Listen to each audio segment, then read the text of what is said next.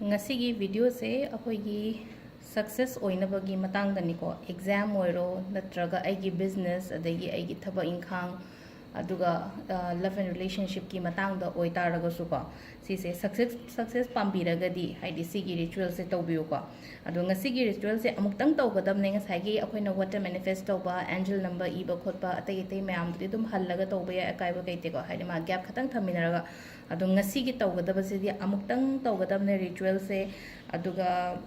sise akoina aina duk hana thari se kai gino hai matam da haidi room se pura haidi duk ki manam nusiba se hana phahon gadam ne akoina si tawdringe da hai tare ko aduna aina si se tu hana tharaga thamane ngasai gi duk ki manam se loima haidi ka si da loima sandokre na ko aduna si tawge hairaga di duk hana thabiraga ka do manam phajana nusi hanbiyo ko haidi ngasai gi feeling lak na ba hai tare ko duk manam se nusi na ko duk manam nusi ba ma ani ohum katang keno toroga smaina yu keno toroga duk thadok piro ko ka do ihan han bada ko aduga tawgodoba se kai kai no kamai tawgodaba no ai hairage ko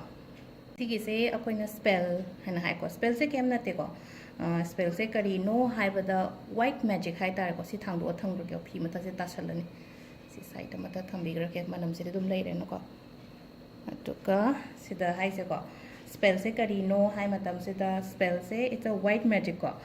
white magic ka black magic ka yam khenai ko haidi black magic sina haidi mingon da harm tawna ba mi gi phattana ba da taw sina ba magic ne ko aduga akoina white magic sina isa gi phana ba hai tare ko isa gi phana ba ai phajage haina use taw bane ba si sina haida ai gi betterment gi damak ta hai tare ko mingon da phatta ba tawraga akoina nungai ba yaroi ko aduna haidi black magic kumba adumba kemta nate it's just a white magic sidi aina isa gi damakta aigi imung gi damakta smaina tawbigadaba hai tare ko ado sigi ritual sina haidi mingon da harm kemta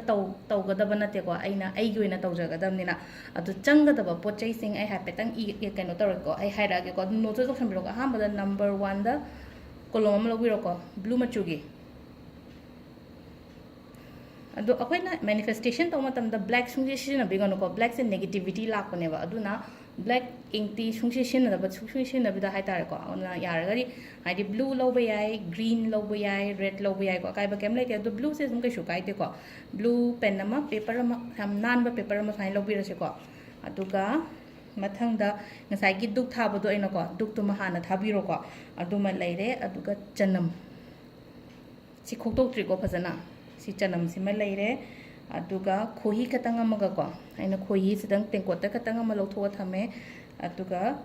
vinegar katanga maga ko vinegar khangena koi chaba sina ba vinegar doni ko koi gi noodles kumba hobada kai da hap white vinegar do aduga smaina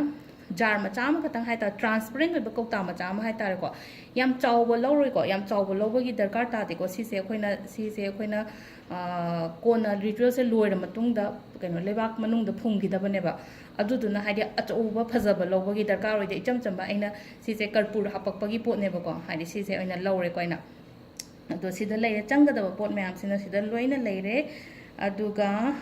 akoina ngai do haidi blue pen se kai gino hai matam da haidi akoina white magic to matam se da haidi pen se haidi blue green natraga red kumba use to by black tissue to bi gano ko aduga tawgada ritual sina karam kanda tawba ya gada ge hai matam da numaijinga ningdhoka baga Sunday natraga Monday na tawbiyo ko sige thabak se atai matam da tawbigano ado hoi Sunday natraga Monday sida karamba matam da tawba yagadage hai matam sida any time ko haide ayuk to orasu nungdang du orasu akai ba kemta leite ko ayuk oro nungdang tawraga so maina fai nungdang da khoina manifest to matam da di haide kanam ta yet de na ko photo aduna nungdang da tawba da akai ba kemta leite ko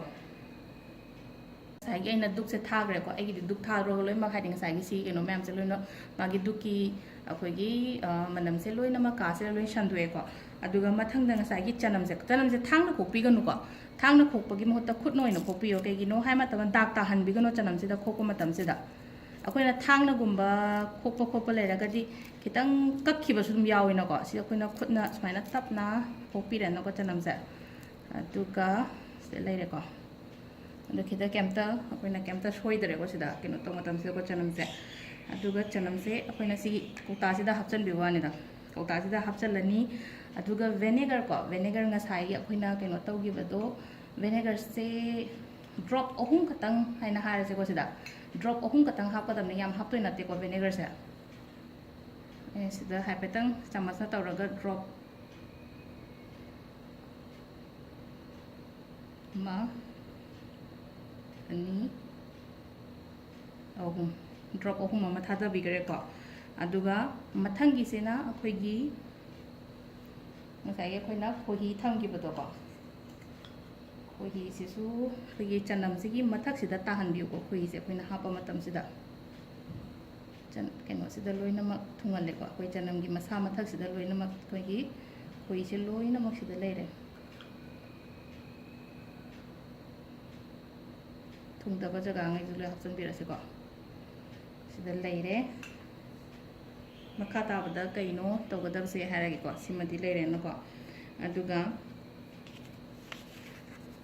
sida hai taragadi intention hai tare ko aiga ai intention se haidi aina exam gi ni boy taragadi ai exam se mai pa e haina adumaina ni gada ba hai tare ko natraga ai gi thabak ki oiraga su ko ai gi thabak to haidi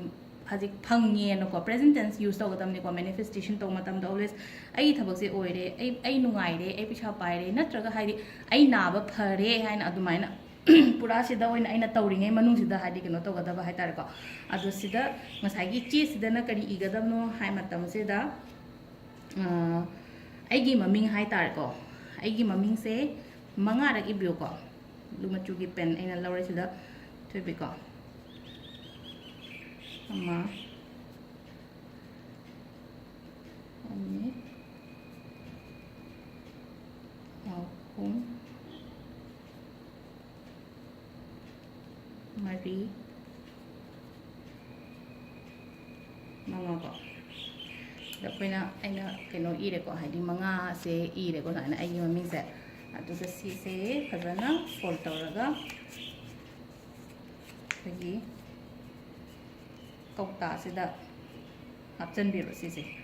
aina aigi damakta ni jabani na ai yoina thana tawna ko do kauta se makhung khumjan biraga ngatang yeng biyo kauta sida ko ngatang yeng biyo haragadi haidi sida aigi intention che pura hapchan bwani da haidi aina tawliba aina ngasa aina khalliba ko to hai tare ko aigi pot sigi aina sigi aigi thabak se sima se mai pa han biyo success oi biyo aduga relationship ki matang do orega su haidi maga aiga se mari se am phan biyo haidi ibaini thungnaba oihan biyo natraga haidi aigi exam se sisina haidi ai exam se mai pa eko hana dumai noina khanbi ba hai tare ko aduga